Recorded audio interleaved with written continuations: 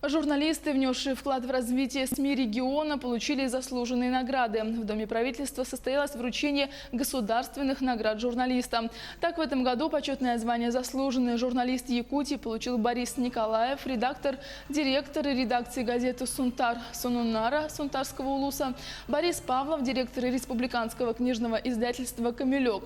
Почетное звание заслуженного работника народного хозяйства вручили Николаю Молчанову. Премию Госсобрания Илтумен получила Альбина Тарабукина из дирекции радиовещания НВК «Саха».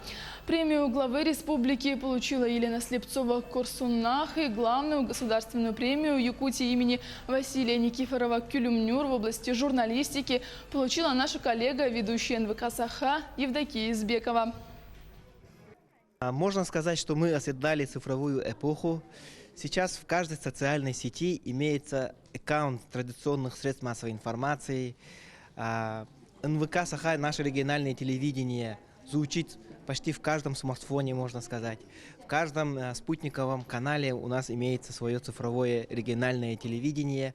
Печатные средства массовой информации в погоне за своим радиослушателем, читателем пошли именно в цифровую среду, и мы развиваемся.